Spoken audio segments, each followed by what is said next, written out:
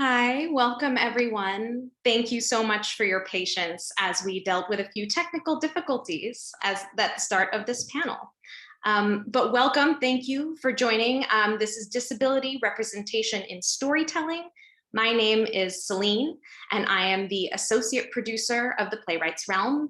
For those of you who are new to the realm, this panel is part of our community offerings this year, which can be found on our website, and we can be reached at community@playwrightsrealm.org. I will place both those links in the chat.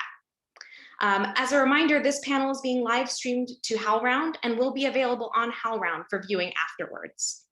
Before I hand things over to Talleri to identify the access features and introduce the panelists, I'd like to hold a brief space to acknowledge the spaces that we occupy. I'd like to share that I'm joining you today from the traditional unceded territories of the Lenape and Canarsie. I offer recognition and respect and acknowledge that colonization is an ongoing process that continues to impact the lives and lands of Native communities. I want to acknowledge that in addition to the physical land that we occupy, the platforms, technology, and equipment that we're using consume resources that are based in physical lands and are not universally accessible to all peoples and communities. Thank you so much for observing that moment with us. I will now invite Talleri to join us, who will be going over the access features of this panel. Thank you so much, Celine. My name is Talleri McRae, and if you're joining us on Zoom, I'm just going to spend a few moments letting you know how you can access the access services we have for this panel. To use the closed captioning, you can click on the three dots in the toolbar below your gallery view and select either subtitle or transcript view. In order to change the size of your captions, you can select subtitle settings. The working interpreter for this panel at all times will be visible to all of the audience members using gallery view, as soon as the working interpreter turns their camera on. Participants will make it a practice to state their name before they're speaking, and transcripts will be available during the panel at the link that Celine has shared in the chat, and they will also be available after the panel by emailing the Playwrights Realm. If at any time during tonight's panel there is a problem with the captioning or ASL interpreters, please select the Playwrights Realm in the chat and please select the host in the chat and notify our team of any of those technical difficulties. If you're joining us on Zoom and you'd like to ask the panelists a question, you can also select the Playwrights Realm or Celine in the chat tonight and share a question anytime during the panel. If there is time at the end of our discussion, we will get to as many questions as we can. I am so thrilled tonight to pass this off to tonight's party host, Elbert Joseph. EJ is an incredible force in the world, so I'm going to pass it straight on. Take it away, EJ. Give me a second here. Get my little sip. Hello, hello, hello, everyone. Hello and welcome. Welcome to our webinar. The webinar is titled Disability Representation in Storytelling.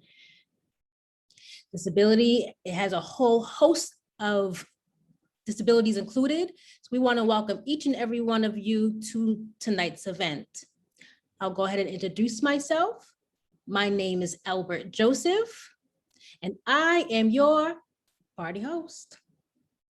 All right, now I'm your party host. So I want to invite you all to sit back and be ready to be here for a wild ride. I want everyone to be able to engage their souls and minds for tonight's event. We are thrilled to have esteemed panelists. We call them VIP, the very important folks. We have some very important guests here with us tonight. But before I go ahead and introduce our esteemed guests, I do want to, again, myself is Elbert Joseph. I also go by EJ. My pronouns are he, his, they, or them. I am an actor, an advocate, a director, an ASL consultant, and I am here in Boston, Massachusetts.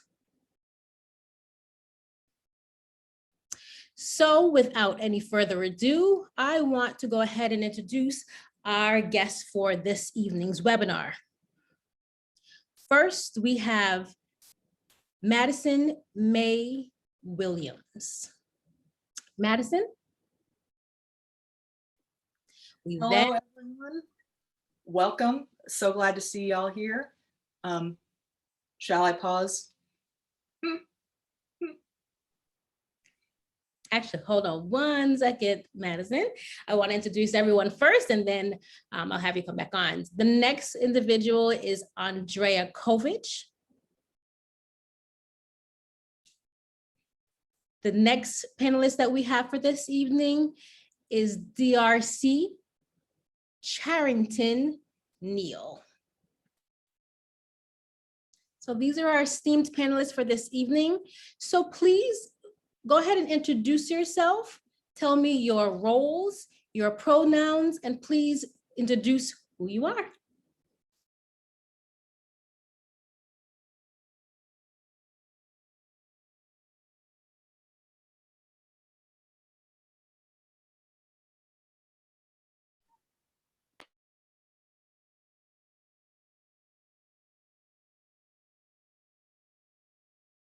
Madison, you can start first. If you don't mind introducing yourself, telling everyone who you are. Word. I got a little excited before, but it's just because I'm here with so many amazing folks. Very excited for our conversation tonight. Hi, my name is Madison Mae Williams, but you can call me Maddie. I use she, her pronouns or anything said respectfully. Coming at you live from UC San Diego, where I am a third-year PhD student in the Department of Theater and Dance. I'm also located on the unceded territory of the Kumeyaay people. I'm a Black woman in her mid-20s, and I'm wearing a black turtleneck, large eyeglasses, and large wooden earrings. My research falls into the realm of lots of different areas, but in practice, I am a dramaturg, director, and music director. And I'm really passionate about and enthused by work that increases visibility and representation for people of marginalized identities, and especially work that is accessible and radical. And I'm looking forward to discussing what work that fits those descriptions looks like tonight. Thank you all for being here. So looking forward to our conversation, and I'm gonna popcorn it over to DRC. Yes, thank you, Maddie. DRC? Thank you very much, Maddie. Hi, everybody. It's great to be here. My name is DRC Charington Neal. I go by he, they pronouns, and I am here in Columbus, Ohio. I am a dark-skinned Black male with black eyeglasses and blonde dreads that are twisted that I just got done. I am a second-year PhD student, soon to be third year in ABD if the Lord see fit. My research is primarily in English and disability studies. I do a lot of work at the intersection of disability erasure and Afrofuturism. And so I look at Afrofuturism because white people aren't there.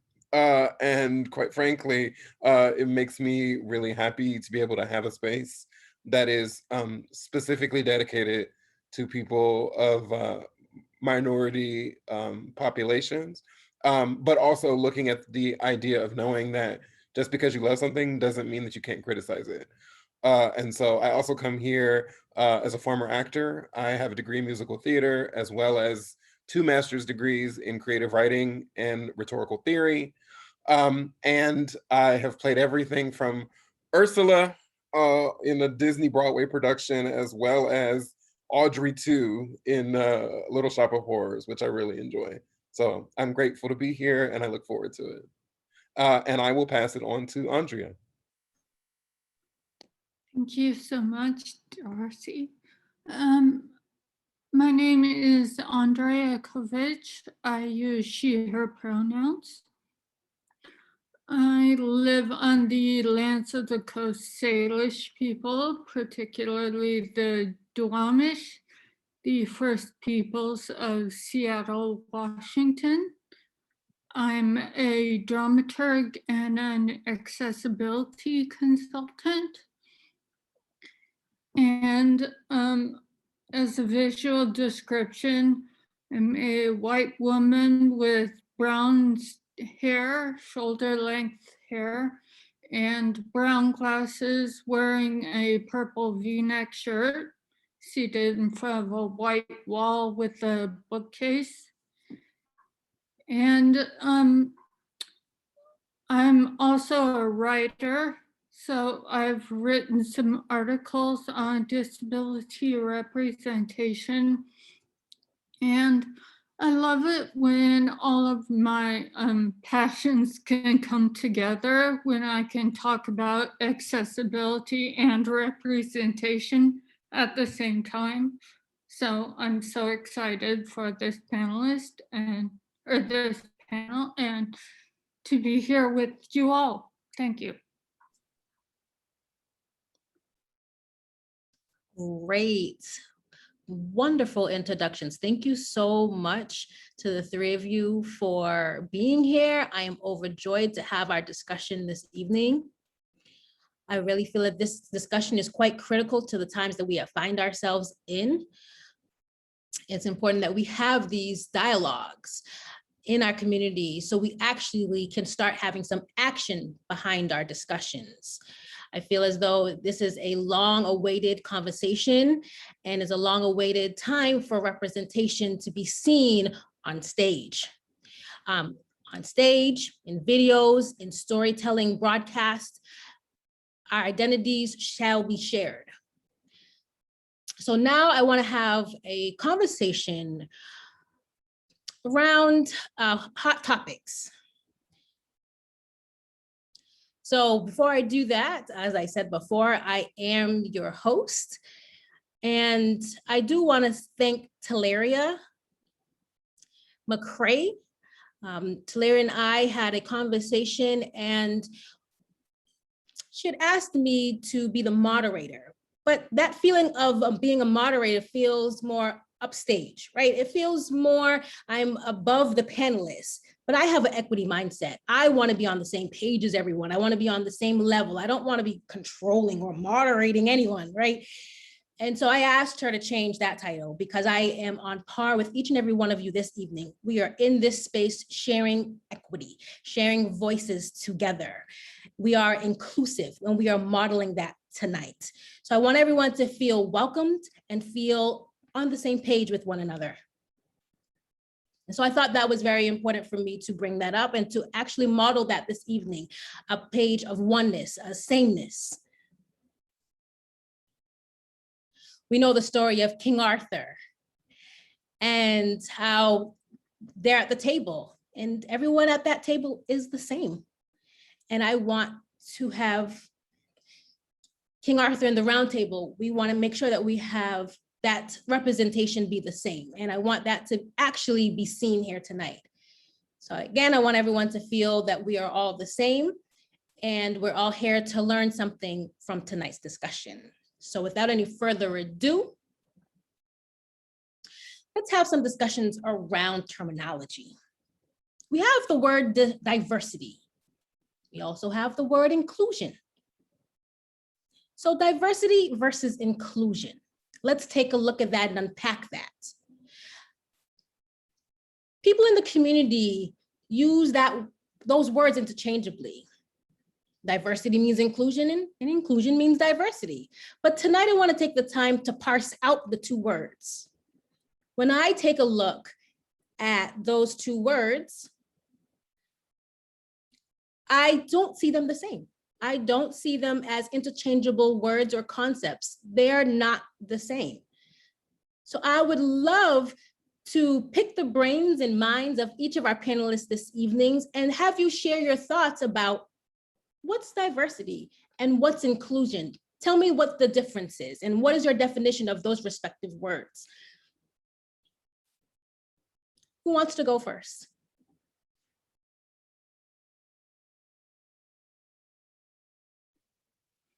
I'm happy to tag in on this one to open it up a little bit. Thank you, EJ, for this question. I think it's really timely and an important question to consider in not only within academic spaces, not only within theatrical spaces, but unpacking what these two terms mean and the differences therein allow us to do the work that we all are here to do.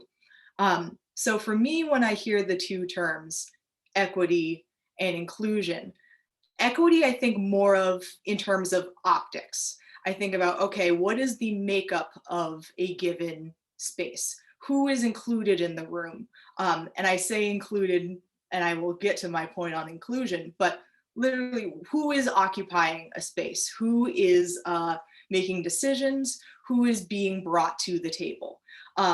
Oftentimes this comes down to just simply who's there. And that's where I approach that term. In terms of inclusion, I think more about the how are these people's work being engaged with, honored, celebrated. To me, inclusion requires an active engagement with the work. Inclusion needs effort. It's not enough to just bring people of various backgrounds, experiences, and intersecting identities into a space. But inclusion, to me, involves an active engagement with, celebration of, and bringing maybe not necessarily power to, but allowing people to be empowered in a given space. To me, that's where I feel that the two terms, while they can be used in tandem, inclusion is the next step after diversity. It's the what comes after, if that makes sense. I'm gonna pop it over to DRC. No, I was gonna say thank you. So I was just thinking, you know who doesn't know the difference between diversity and inclusion? The Tonys. And the answer to this comes in the form of Ali Stroker's win when she won the Best Actress for Oklahoma, because diversity said that, oh, congratulations, the first wheelchair user ever in Broadway's 120-year history to ever win Best Actress. Congratulations. And they had this woman in a wheelchair, and don't get me wrong, I was thrilled, absolutely thrilled that she won. But inclusion would have had her on the floor with the rest of her cohort so she could get her flowers and her applause by her coworkers as she won. What they did was they had her backstage just in case she got the award, outside, ostracized, apart from her community. And when she won, it was like they didn't. You would think that the people who built the stage would have thought, we have a wheelchair user who is up for the highest award of the night. We should put a ramp here just in case, which they did for the Oscars. And many of my friends were in the Crip Camp premiere for the Oscars, and I was thrilled that the Oscars in its 93 years finally added a gorgeous ramp to their stage. All right now, yes. I mean, I was thrilled, but to see Ali Stroker, I was furious when she won, because I was happy that she won, but it felt so cheap to watch her be behind the curtain, and then they had to take the podium out, and like they had to do all these things to move it, and then she was there with her beautiful yellow gown, and I just thought, this is Moonlight. This is Moonlight and La La Land all over again, but it's not going to get nearly the same attention or respect that it deserves, because she's just a disabled girl. And everybody here is going to clap and think, oh my God, good for her. So the bottom line is, whoever designed that stage should be fired. Whoever designed that show should be fired. And I don't care how people feel about it, because that's the difference. The people who run the show and make the decisions don't know the difference. And as Maddie pointed out, people, the difference is power. The difference is agency. And so the difference is the people who can actually say, no, this stage should be built like X and Y. There should be closed captions available at all times. It should not be a one-off just in case someone is here because it makes our show feel better. And that's just how I see it. Andrea, do you want to add something? Wow. Sure, thank you, DRC. I just want to say amen before you drop in, Andrea. Amen. Yeah. Can we get an amen, please now? Woo! Mhm. Let me take my sip right now. Woo. Yeah.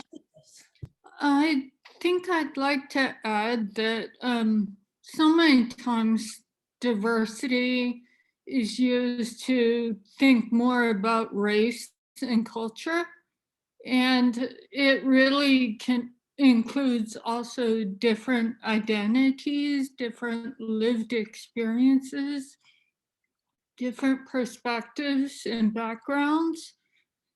And diversity is really just one component, like everyone else is saying on this panel. It doesn't really mean much by itself. I mean, sometimes you hear EDI, oh, well, actually you hear that a lot. But that really means that they all have to go together, and accessibility should be included in there. So inclusion needs accessibility. You can't have inclusion without accessibility. And when I think of inclusion, I tend to think more about what is usually called subjective social inclusion, where it's about a feeling of belonging. And it means that there's both acceptance, empowerment, respect, and equality all in there. And so it makes it somewhat harder to identify inclusion when it is a feeling. But that's really what is necessary. It's necessary to do more than just make it look like there's inclusion, which is like going back to the Tony Awards. It looked like the inclusion, it was not. So just adding my 2 cents there. I'll have to say I 100% agree with what the three of you have shared. I don't even know where to start. I have been fighting for countless years. For more than 10 years, I have been with this battle. To understand, are we truly a part of the community? Are we actually here and fighting for us to be casted? Because our generation wants to see us. They want to see icons and role models like us. And some of us have intersectionality that's at work in addition to our disabilities. And that needs to be seen as well. And so many of us are dealing with, for instance, racism. And we have to think about how racism is quite critical. It absolutely is. Racism is prevalent, racism is out there. It is something that is at the depth of the iceberg. It's real, and it does require unpacking of such. We also have autism as well. The ability to speak or not speak, the ability to hear or not hear. And we see those kinds of oppressions happen, especially within Black and Brown and Indigenous individuals. There are individuals within the Black and Brown and Indigenous communities that also have disabilities. But again, how rarely do we see us? How rarely are we casted? How often do we see our stories on stage? Count. Do we see us? I mean, I can count on one hand. I can count on one hand, and we need to see more. We don't have time to wait. We don't have time to sit back on our laurels. It is time now. It is time that we have the opportunities just like each and every other one out there. It is our opportunities for equity is now. It's time for us to be heard. It is time for us to have the limelight.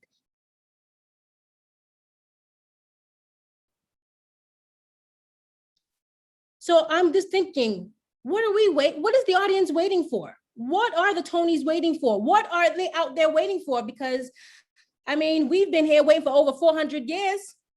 And are we supposed to be waiting for another 20 years to fall on deaf ears? All right, come on now. Absolutely not. If I could add to this, I just wanted to add, so this is reminding me so much of when I was in college. I was a theater major. Oh, go ahead. It's time for us individuals who have disabilities, for our stories and our voices and our presence to be seen. For sure. We have to be out there. I was just gonna say, when I was in college, I had Sorry, I was just trying to finish my story because I was just getting riled up over here. DRC, please go on, my brother. For sure, no, I just wanted to add, like you said, like, so what are people waiting for? I will never forget when I was in college, and I, to your point, I am a very proud out queer man who also has cerebral palsy, who is also Black. And people just immediately are like, oh my God, your life must be so trash. Like, it must be so hard. And I'm like, it's hard because you make it hard. I don't feel that way. And case in point, I was in college. DRC, speak the truth. I was trying to be in theater. I wanted to be a theater major. And because I loved theater, I love Broadway, love acting. And the dean was like, no, because the classes were on the 3rd floor. They didn't have an elevator. And it would have been fine for him to just be like, unfortunately, we are unable to accommodate this request. Like, that would have been the diplomatic way to handle the situation. But he decided that he was going to be real 100 with me. And, came downstairs and was just like, look, he's like, Broadway doesn't hire people like you. He was like, I can do a scene much faster if I just cast up a person and move on. And so because he said that, I felt like, I'm gonna just be honest, when Ali Stroker won, it made me, I got so many messages from all my friends that was like, you should be up there. That should have been you. I'm like 8 years younger than her. And like, my friend was like, that should have been you. But I internalized the message I got from this dean that like, I just wasn't worth it. And so I threw all of that away for many years. And it was because I was told by another director in the musical theater department, well, you just have to wait for the right director with vision, is what I was told. So it has nothing to do with me. I had to find a director with vision. And I'm just like, well, assuming that Brad Pitt isn't gonna save us all with his executive producing superpowers, like, the bottom line is there just isn't enough people who are willing to do what you're asking. It's like, yeah, we want to do this, and yeah, we want the stories, but the bottom line is it's the people who are in power who have to want to make that happen, because half the time if we're doing it, it falls, on groups of people who don't want to hear what we have to say. So I just want to throw that in there and say that it's not all us. Like, it's because there are plenty of people who want to tell the stories and want to do the work. But, I'm gonna just be honest, every single Negro spiritual and Negro published work in the world has a white publisher. Harriet Tubman's master was white. Frederick Douglass's publisher was white. Halle Berry is half white. And she's the only Black woman to ever win an Oscar. So let's be honest, there are always gatekeepers and people attached who have to do the work, because half the time, that's what being a minority is. That's what being underrepresented is. You can beat on the door all you want, but unless somebody's there to open it, it's not gonna work.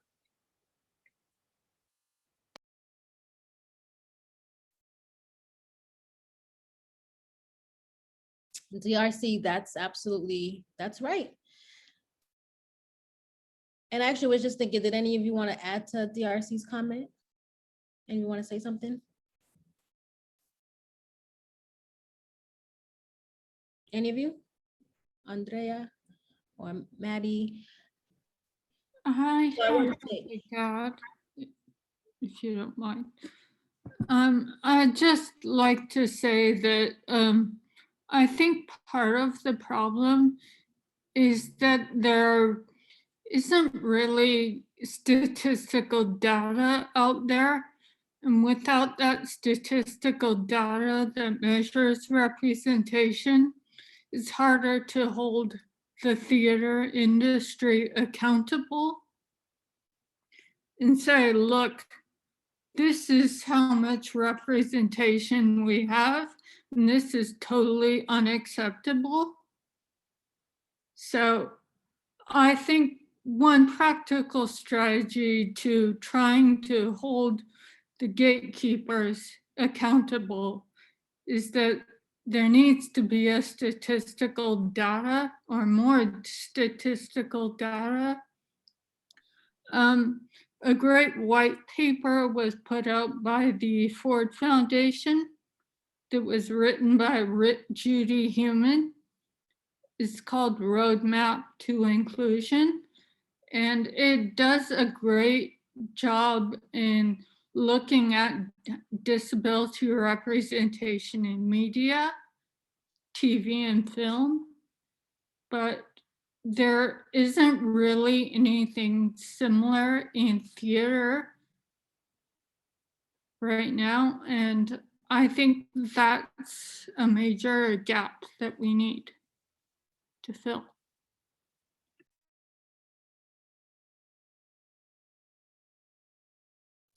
Andrea, you make a really good point. However, you can't tell the individuals with disabilities and deaf individuals are very low in terms of numbers, especially within Black and Brown and Indigenous communities. Those who have disabilities, they're actually the lowest in terms of data. That can be seen through the theater community, through the film community, in terms of conversations that are out there. You can actually see the work, and then you can actually count, well, how many times have you seen, BIPOC individuals with disabilities on TV? How many times have you seen them in films? It's not very often that you actually see an individual who is either deaf or has ability. And you have to think, maybe every 5 years, you'll see a person that's deaf or has a disability, and it's kind of the same story again and again. There isn't much difference. Why can it happen monthly? Why can't it happen every week? There are stories that are out there to be told, and there needs to be an awareness and the opportunities that are given to us to welcome us to the community and not just completely excluding us and our stories, and also erasing us from history. That's also simultaneously happening. We are part of history. We are currently making history, and our stories need to be told so they are documented in history. That's valid and that's real. And that needs to be, again, documented in history. I want to feel empowered. I want us to feel that we are creating a space for our next generation to have inspiration and to have goals and ideologies to say, oh, look, I can become an actor if I have a disability or if I'm of the Black and Brown communities.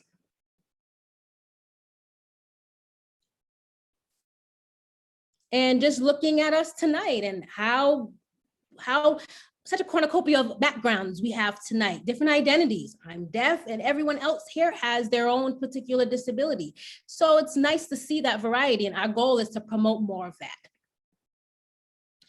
I feel like I'm talking too much, guys. Let me put a pause on the talking and turn it over to the next person that has a question for everyone.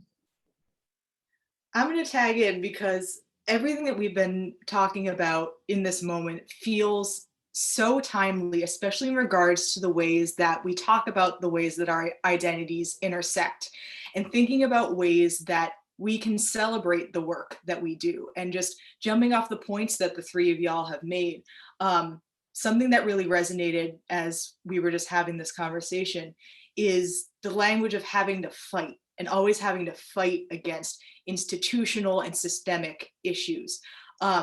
And something that for me that I find really important that the work that I do is finding joy in the ways that my intersectional identities exist and the way that I navigate and move through the world. If all I did was focus on fighting, I would be even more exhausted than I already am on any given basis. And it is, as we've been talking about, we need this representation for folks coming up in the theater industry and in storytelling beyond just the work that we all do. So something that I have a question about for all y'all is, how do you celebrate your identities and the way that you move through the world in the work that you do, whether it's through advocacy or in the creative work that you do? What brings you joy about the intersection of disability and storytelling and fighting for more access and representation? So if I can start this, it's just when you said this, it just reminded me. So a lot of people are just like, wait, you got to be Ursula? Yes, I did. And in front of like thousands and thousands and thousands of people. I used to sing with the DC Gay Men's Chorus for 7 years, and we got a commission from Disney, and their lawyer was right in the front row with all of the lyrics to make sure we didn't mess anything up. And they told us that the show only had one solo, which was Poor Unfortunate Souls. I had to fight 400 gay men for the role of this one solo. And in answer to your question, it's like, it's like, how did I get the solo? And this also ties into the academic work that I do. So I'm trying to, as a person growing up who is also, I don't think that people understand, and I take this back to what EJ said earlier. People don't understand it because people don't see it. The Black community acts like disabled folks don't exist. And if you see them, it's trauma-based only. I lived in DC for 13 years, and for the first 7 years, every week, people would come up to give me money out of nowhere. I'd be minding my business in a 3-piece suit, and someone would literally shove money in my face, because the only time you ever interact with Black disabled folks is trauma. That's the only way people understand it. So I do this work where I'm trying to coin this new word, and if y'all know it, y'all can credit me. So the word I'm talking about is called Afrophantasm, because I'm trying to bring together this concept of, not only being Black and invisible and disabled, but using that as a weapon to get what you want. In the case of Ursula, I knew that there were no other disabled people in that chorus. And I also knew that, as a Black person, I know that song very well. I love it, and I love to do it with sass. So I made my wheelchair act like it was tentacles. And in the audition, I completely destroyed that audition. And like the director was just like, wow. And so I was told that in order to do the role, I had to do full drag, which I've never done in my life. It was like 7 hours of makeup every day. And they had a huge ballroom gown that they put over my wheelchair, so you couldn't even see it. Like, it literally, the way it was designed, it was like tentacles everywhere, because we got the budget from Disney. So they put me in this gorgeous costume with this makeup. And for me to do the performance, I had a smoke machine underneath my chair, and it was epic. It was epic. And the only way that I was able to pull that off, like in my mind, I had to just keep telling myself, like, you are the only person who could have actually done this justice in this way, because everyone else that is doing it is going to do it the way that they know, based off something that they didn't see. Ain't nobody seen me. We don't exist, so they don't know what I can bring to the role. And like, that is, for me, is how you answer this question. Like, you have to take into consideration that, like, you and your experience is very particular and very singular. And so when you use that in conjunction to whatever people are asking you for, it creates an entirely different experience that some people will be ready to receive. And, you know, that's the reason I mean, I loved playing Audrey too, the plant. Oh my God, it was so fun.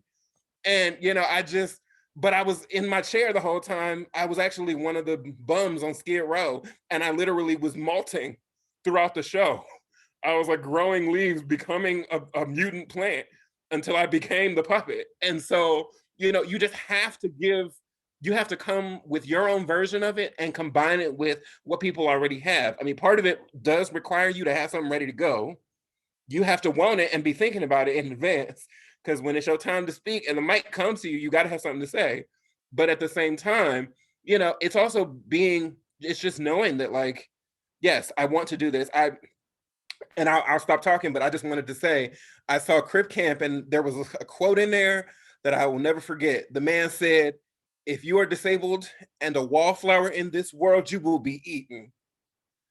And he said that in the 70s with Judy Heumann at that camp, because those are the people who turned around and made the 504 sit-ins that brought us the ADA. So he is absolutely correct. Like, in order for it to be in this industry, to do what you do, it requires a certain level of bravado that I feel like able-bodied people, quite frankly, just don't have.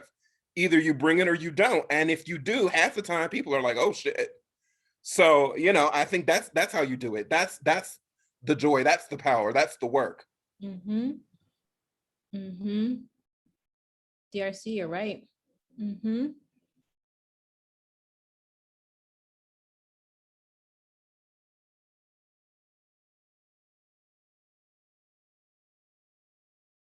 You know, for me, in terms of finding my joy, I find my joy, I would have to say, through my experiences and the dramaturg experience, having the character, having my own experience, and having those intertwined to show an authentic appearance. Also upholding integrity, of course. But it's interesting thinking about the concept of integrity.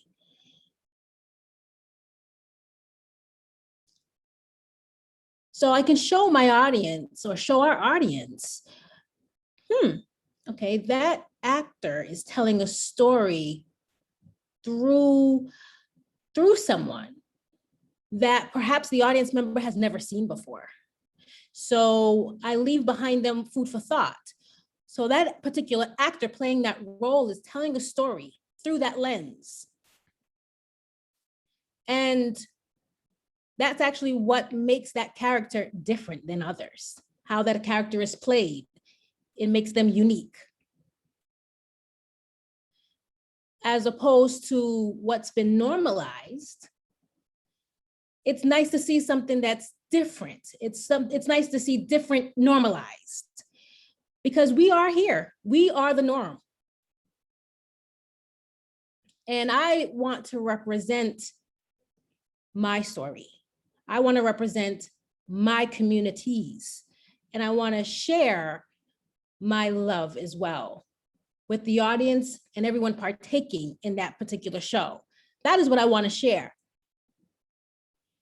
I want us to feel that we're human, right? So that's my joy. Yeah, I just wanted to ask really quickly, you know, like, since we're talking about the different types of characterization, you know, on stage and the kind of ways that characters would work, I just wanted to know, like, you know, obviously I was just talking about the way that I was doing Ursula, but, you know, for you all, and maybe Andrea, I'll start with you. What if you were, you know, Brad Pitt with unlimited money, and you could come in and do whatever you wanted, you could executive produce whatever show you wanted, what would disability representation look like for you? Like, if it were done right, like, what do you think that would even look like? Because, you know, for me, I have this whole thing about, like, you know, I had the very good fortune of being in a production of Tommy, the Who's Tommy, that was all in ASL. And it was gorgeous, and everybody had to learn ASL, the whole crew, all of the cast and the everybody. Our sets were designed so that at no point would you ever not see someone signing. So it wasn't just a person in a box on the side of the stage. You could look anywhere. Yes, PRC, yes. But we took that in mind. I mean, their sight lines were become a huge thing. So we designed the set that way, and the whole cast had to do this. But And it was PRC, to interrupt, just to be honest with you, deaf people want that. They Sure. wanted that. Sure. I mean, yeah, I imagine that having subtitle boxes at the bottom of the screen is not optimal. Because I know, like I said, as a wheelchair user, I went to see Ragtime and couldn't even see Summertime. She was at the top of the 3rd floor of the Ford Theater, and I was craning my neck, like, what? Like, this is my song, and I can't even see, like, because they didn't care about sightlines the way that theater is designed. So, yeah, I try to, we try to think about that. So that's the question that I have for you all. What does it look like? Like, what does proper representation in theater look like to you?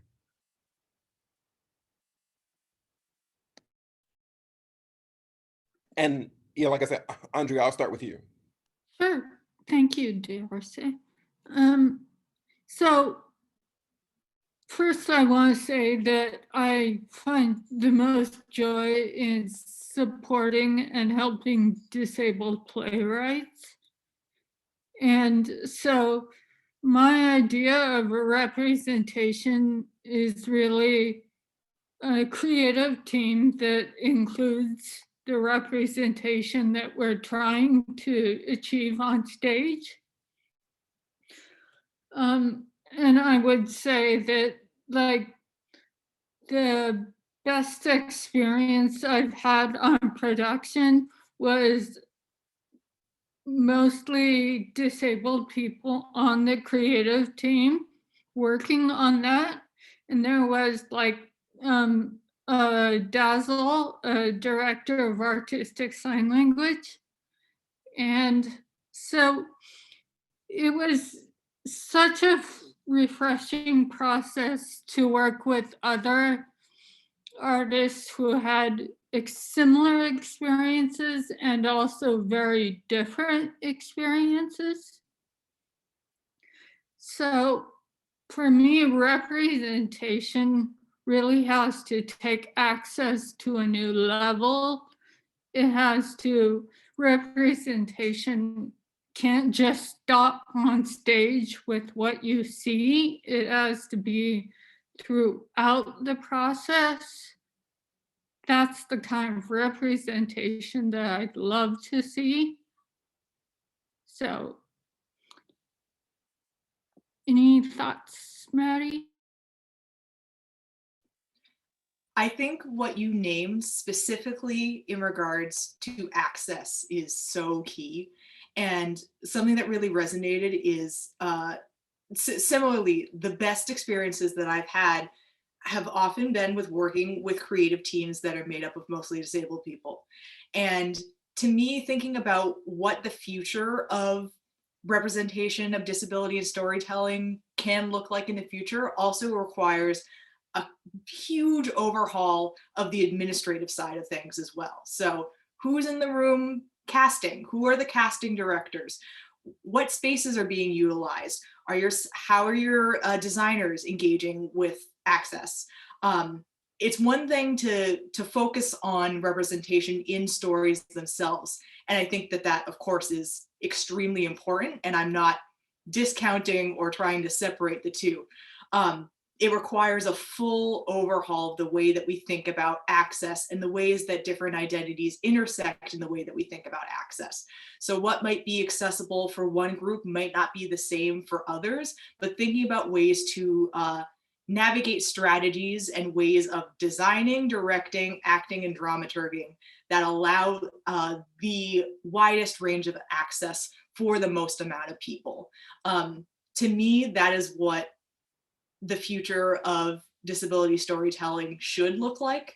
And hearing about the work that people are doing to make that happen is what brings me a lot of joy and brings like a high amount of passion to the work. And sort of just tying back into what you all have been talking about in regard to joy, seeing those changes being made and knocking on the door and making those changes happen is what's necessary for us to achieve that. So if I had my Brad Pitt moment, as DRC suggested, that would be my first thing, is start from the beginning. Who is in the room when the decisions are being made? And how does that then affect the rest of the process? But yeah, that's my number one thing, is how are we making that equitable, clear across the board? But I'll tag in EJ for any thoughts on that too. Oh, but DRC, I don't want to cut you off. No, I just wanted to add really quickly. No, I think like I think when people talk about access, they think that you mean the boring part, like the who's in charge of casting, like that's not necessarily what I mean. I was thinking, like, in my head, I have a story that I've always wanted to write, that I would love to put on the stage, about a wheelchair user that's like literally surviving a zombie apocalypse. And in my mind, like, it would require, like, how theaters have those long aisles. In my mind, I literally envision like a chair user like crawling down the long aisle, like fighting off monsters on the floor, because if this were real, that's what I would do. And like but the thing is, like, I find it hilarious that we work in an industry of imagination, and yet people cannot imagine making use of the whole space and different levels. Like, in my mind, I was like, yes, there will be pyrotechnics in this show, because I would have WD-40 and a lighter in my pocket if zombies were coming for me. So you would see flames. Like, it would be a whole production. And like, people can't even bring in their minds what that would look like. They're just like, oh, I mentioned it to some people and they were like, oh, that's too much. Why is that too much?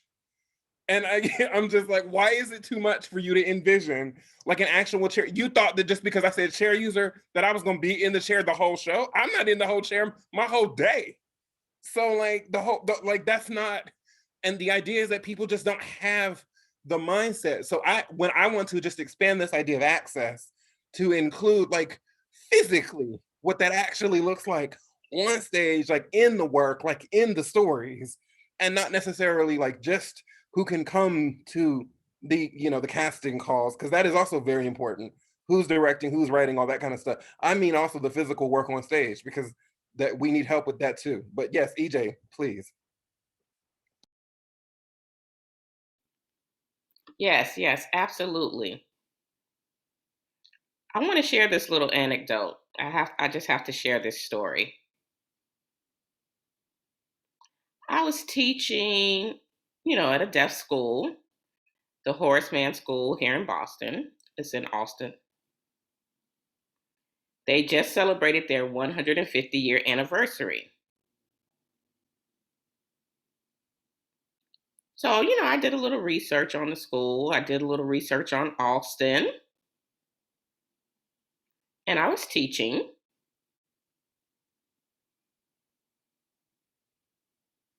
And, there was a production that was going to be happening, and we had an audition, and the audition was open to some deaf children. Deaf children with more than one identity. Some of them also had disabilities. And so I was teaching a little bit of acting to help them prepare for the audition. And the children were very inspired, very excited. And I said, you guys are ready for the audition. You're ready. One girl eased up her hand. And I said, yes. It was a Latina little girl. And she asked me, you said anyone can audition? And she said, I don't think I can audition. And I said, why do you think you can't audition? And she said, because the theater won't let someone with cerebral palsy in. I looked at her and I said, where did you get that idea from? Where did you get that idea? The word "you are not allowed" where did you get that idea? I said, let's hold on 1 minute. You are going to audition. You have something special. You have something to show. Everyone can audition, even you. And she said, really? And I said, yes, you will audition. And I told her I will be right there on the day that you audition. So she actually went to the audition. She decided to sign up. She auditioned. I saw her audition. I asked her how she felt. She said, oh my goodness, I was so nervous. And I said, that's good, that's good. She was so excited. She said, thank you for making me audition. 1 week later, she got cast for the production. And she was so excited. And do you know where she is now? At Gallaudet University, majoring in theater. This is a young Latina girl who's deaf and has cerebral palsy, who was told that she was not allowed to be in the theater. And I told her, you are welcome. You are welcome in the theater, and don't let anyone tell you differently. You are needed on stage.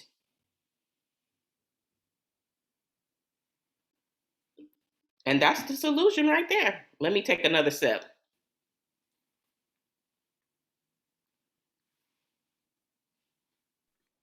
Yeah, I'd just like to say that that is exactly one of the important points about representation. The younger people need to see that on stage. They need to have someone encouraging them, and that's what representation can do. Yes, yes, absolutely. Sorry, even just thinking about it makes me very emotional.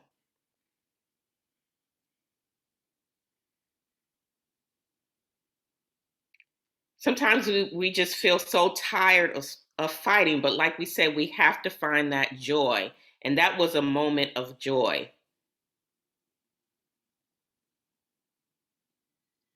And that kind of joy removes barriers. It's so powerful. It's like fire, and it builds and it grows and it deepens your passion. A love for humanity, recognizing our shared humanity. I'm telling you, thinking about all of it, it just fills me up. I just get so emotional.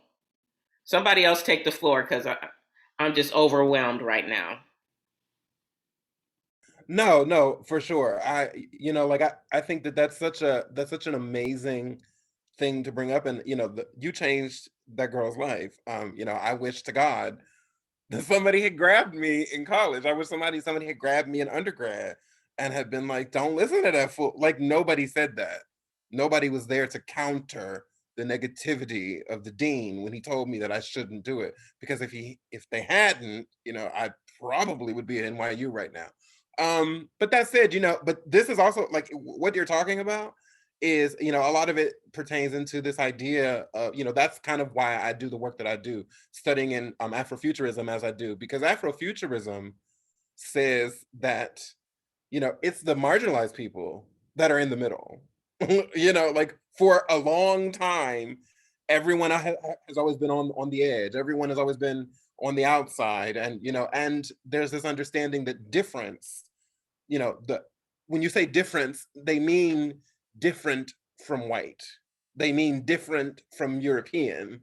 Like that's what that means. And so this is why I do the work that I do with Afrofuturism, because that is erased. Chadwick Boseman, rest in peace, when he said, he was talking about how when Black Panther was built, that was like, Black Panther is the first mainstream Afrofuturist movie ever.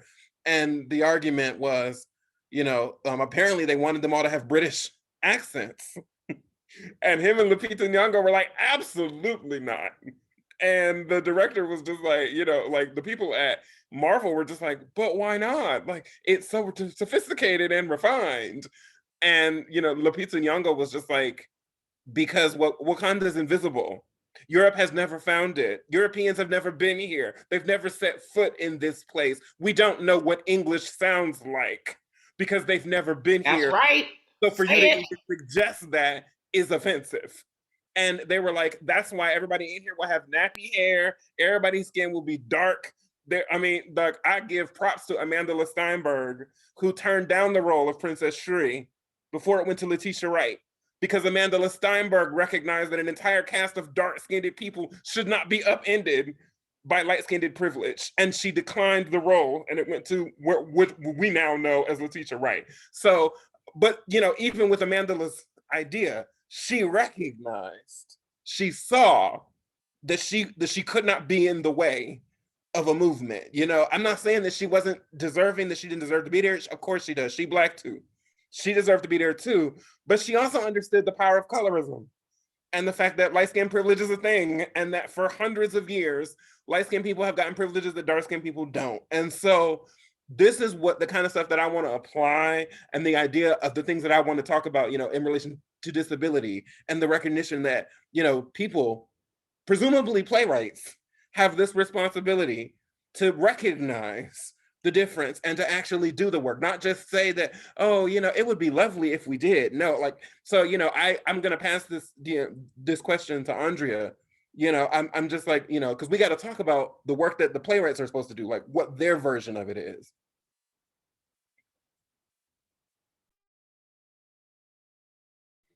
Thank you, Darcy. Yeah, I think that playwrights are so important to the future of theater and what they can do to actually begin the processes to plant the seeds of access within their work, to bring in ideas about, like you're saying, like colorism, and to actually responsibly address our intersectional identities. I've been thinking a lot about how we can think about accessibility at the beginning and write it into the work that we're doing. And then by doing so, that it really becomes a central tenet that is upheld throughout the development and production process. So that means that accessibility is really a key idea even in rehearsals. We are thinking about human beings in rehearsals. And how exciting would that be? And so that can look like incorporating sign language into the plays, incorporating audio description, incorporating captioning. And it's important also to note that doing that means incorporating deaf and disabled people into the creative team. So getting away from the idea that the playwright needs to be this solitary genius in the inaccessible attic. We don't have to do that anymore. We can actually consider different ways to show like sensory overload besides using lights and sound, which are likely to trigger performers or audience members. So who is it actually written for if that's what you're doing? And that can also mean like even in the writing, are you thinking about the disabled character and planning for their access needs, not writing a 60-second quick change? because that's not going to happen probably for like a wheelchair user. That doesn't go so well. So I'd love to hear your thoughts about how we can responsibly do this and incorporate access into work to start responsible representation in the future of theater.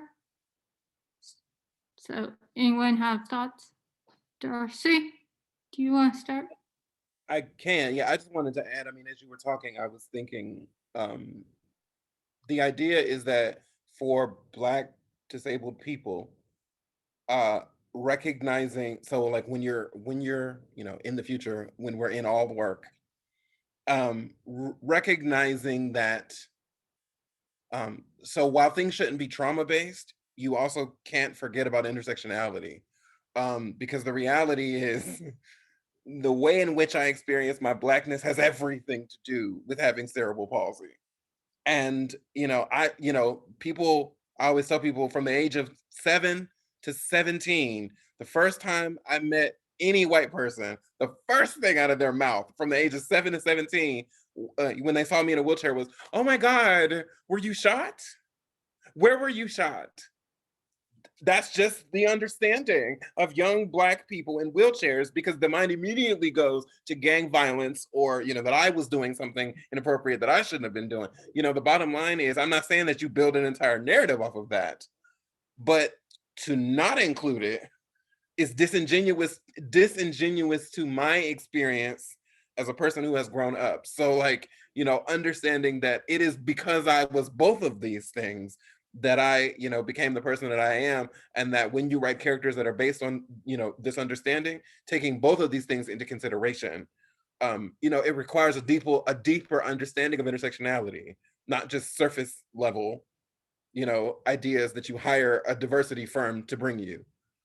You know, it's actually hiring people as consultants, talking to them, having, you know, interviews and things like that. So that's definitely, I think, a responsible way that future playwrights could learn how to do their craft better. I'm gonna pass it to EJ.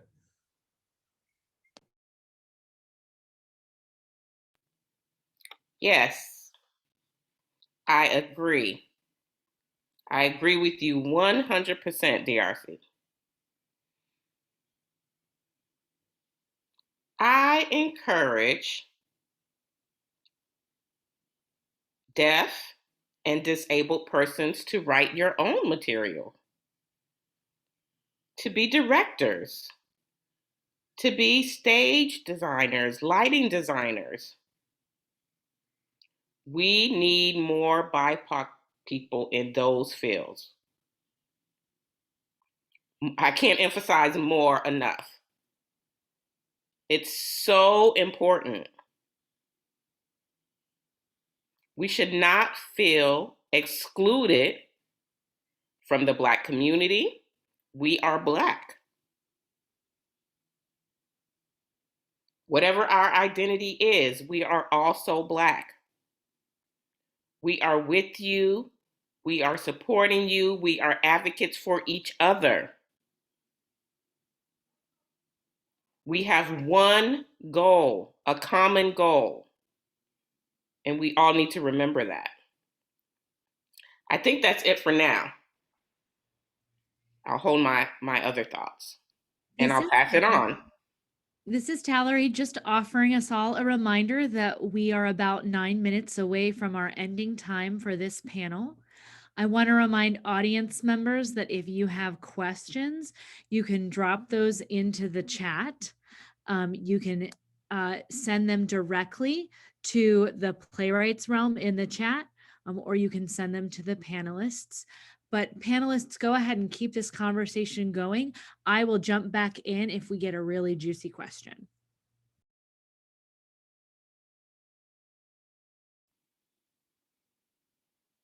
So, you know, I want to get a consensus from my from the panelists. I know that there are a couple of panelists that still need to finish answering this question. And so, I'll reserve the remainder of my comments to give other panelists a chance to answer this question as well. I think that the three of y'all answered this question with such clarity and grace that I have nothing else to add. I mean, y'all hit the nail on the head in regards to the work that needs to be done. And like I've emphasized throughout, I think that celebrating the joy and finding those moments in the work is key. And the strategies and suggestions that y'all have named are ways to do that work. And to me, that's the key.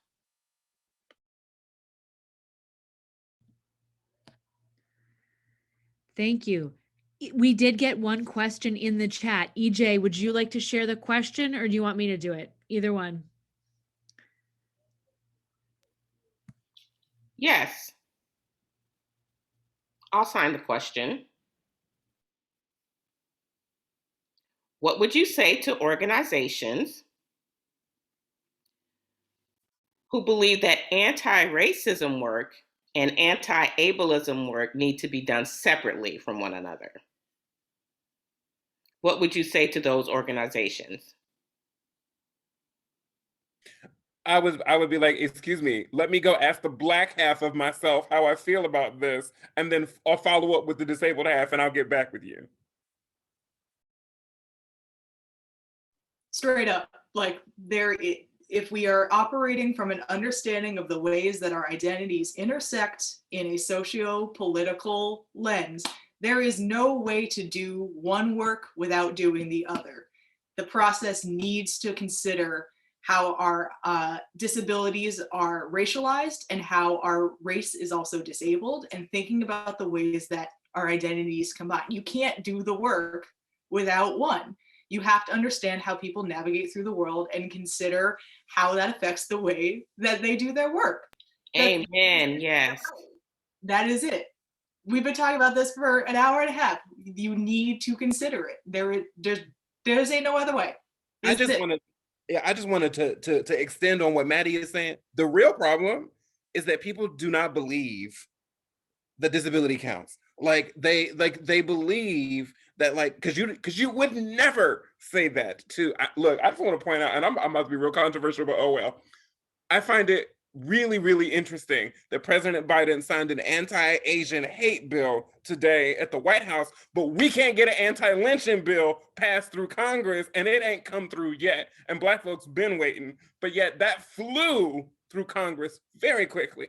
So that just tells me that the United States, due to the model minority myth, because they believe that Asian people are so valuable and they provide so many things to the United States, they do all this work and give us all of our tech and all of these, the most important things that we need, that's really important, whereas Black people are just not worth it. I feel like that's the underlying current that comes across. Similarly, asking a question like this in the same kind of way, it suggests that you can separate the two out, but B, that embodiment is not worthy of a discussion. This is why we have Black pride and disability pride gets scoffed at. The idea that someone can be happy in the body and the corporeal form that they inhabit and be fine, people cannot wrap their minds around this concept. So until they can, this will continue to be an issue for people in the industry because but the bottom line is you need to understand that when you get up in the morning, your bathroom doesn't care if Brother Darcy, DRC, that's what I've been saying for many years. I'm sorry to interrupt, but yes. It's true. It's true. It's the truth. It's the truth. You got me stirred up because yes, I applaud anti-racism. It's absolutely necessary, but we still need to go deeper. There are layers. And anti-ableism is one of those layers. You cannot do one work without the other. You know what? Let's not confuse. Let's not get confused here. Let's just make sure there's no confusion, and I want to be very clear. You're either with us or you're against us, period.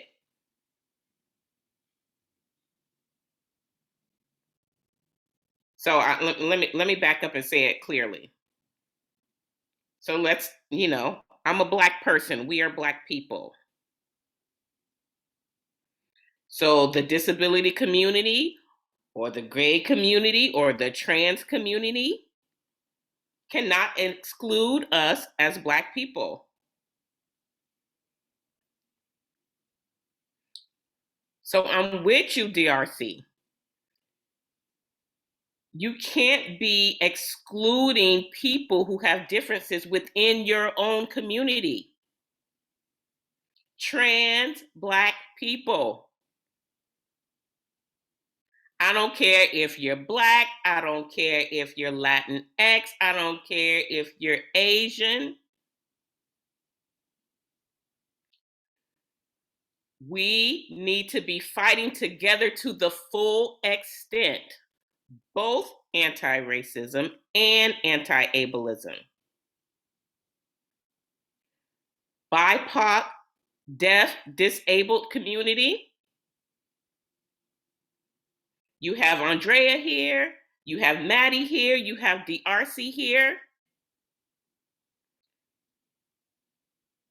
We are representations of our generation. And our generation needs to have people that they can look up to within the context of their intersectionality. In a sense, it needs to be that we are not special.